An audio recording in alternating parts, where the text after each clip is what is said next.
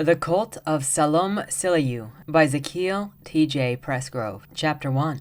We must not ignore what the Aldway, the divine scriptures, has written on its pages. Fires raged into the blackened sky, snarling fiercely as they feasted on the broken homes and buildings of the demolished town.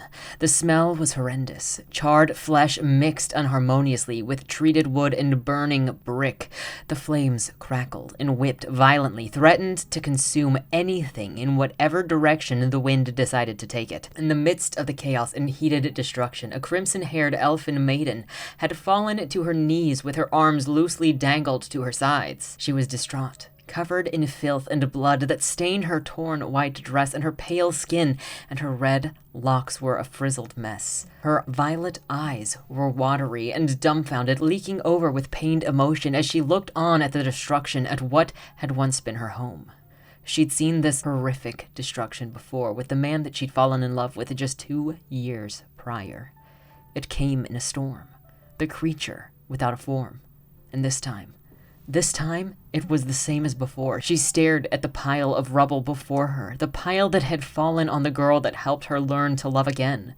2 years of solitude, 2 years of bitter pain, 2 years of working so hard to bring her heart to a place where she could open up once again, just to see it all crushed under burning remains of a vicious attack from beings of higher dimensions. She buried her face into her palms and let out a mournful wail and sobbed uncontrollably. Tears poured from her eyes and burned as they mixed with the dirt. The sound of her cries mixed with the crackling and burning wood, and her body began to shake. Then everything froze. The fires stood still. The wind stopped, and everything blowing remained in its exact position, as if she were standing in the middle of a paused scene in a film. She looked around, suddenly terrified. Her heart pounded so hard. She felt it in her throat, and her skin began to go numb. She cautiously stood to her feet, breathing heavily and quivering. The sounds of her exaggerated inhales and exhales echoed around as if she were in a chamber filled with holographic projections. A peal of royal blue lightning flashed in the distance, near the heart of the town, catching her attention. She looked skyward and felt a flurry of emotions as a pair of bright, massive, glowing eyes glared down at her from the black clouds, casting their blue hue onto everything from above in stark contrast to the orange glow of the flames. She took a step back, nearly falling, and gawked in awe as a symbolic star with 6 points etched itself into the air above its eyes, glowing with the same intense color. The Athril, she thought to herself. Even thinking about the otherworldly being invoked anger, pain, and fear in her heart. Another flash of lightning struck ground. Somewhere behind it, revealing a Remen-like figure as black as shadow, made from the spiraling cloud itself. It defied logic and rationality. She tried to make sense of what she saw, but there was nothing that could explain it in a way that was understandable. It was nothing. It was like a shadowy silhouette, as if the clouds masked its true form behind them like a thick fog, and yet it was separate from the clouds together. It was illogical and tirelessly formless. It was a nameless horror, a divine agent of a realm beyond reality itself, possessing control and mastery of a material world like a god of ancient times. You! Its voice was like thunder, rumbling the ground, and the time-struck reality around her. The tears had dried on her cheeks as she gawked, awestruck. There was something different about this Athril. Something about it emulated a deep sense of peace and uncaring, simultaneously existing in the same presence that wrought destruction down on her home. But suddenly, there was some reason unknown to her. She was at the center of its attention. Her, a humble Remen woman that was attending a casual congregation earlier that morning, a quiet girl that was simply trying to live her life in the company of a woman that she'd fallen so in love with. For a second time, one of their kind stole her love from her.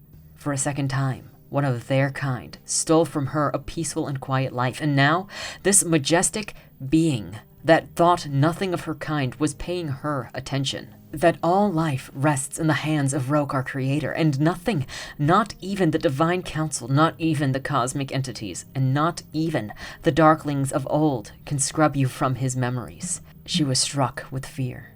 Everything around her was still frozen in time. Raja, the woman she loved, was still dead under the pile of burning rubble, and she was still alive. But why? To what end? What purpose did this mighty being have for her? Why did Roke orchestrate her survival over everything else? You're a divine logician. There it was. The reason. Her power. That was why she survived. That was why this being took notice to her. She yielded a power that history and religion tried to explain as divine logic, and its wielders were titled divine logicians by the supernatural creatures of old. Those of the legendary order of knights, the Uruk-hai, were the only recognized divine logicians, but the Empire of Enthedril made sure to wipe them out thousands of years ago. Now, few remain who wield its power. The bloodlines were all but extinguished, and rarely would a follower of Chorism like herself emerge with the mystic power. But she didn't have an answer for herself. She was born with it, so clearly she was a bloodline. She believed in Roke and practiced Chorism, so clearly she was religiously affiliated. But she was an orphan, and there was no clear indication to what bloodline she could have belonged. She'd lived her life mostly alone, and the people she did know growing up didn't have any answers for her. Not that she ever revealed her abilities to them. All she knew was that she grew up with them and spent her whole life learning the dances and martial arts of other cultures so that she could channel and control her powers. Dancer.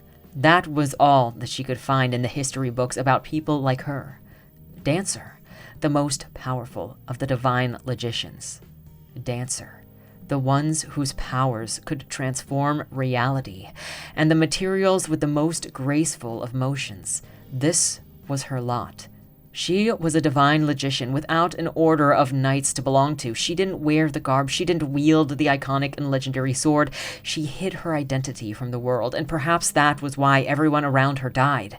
Even though this time she tried to use her power, and it did nothing against this ethereal. "I am Ayla Rexa," she declared defiantly. "I'm not merely a divine logician, not merely a dancer, and I'm not merely a songriven. I am Ayla Rexa." She was terrified, and it was transparently clear from the trembling of her legs as she tried to muster the strength to maintain a defiant pose.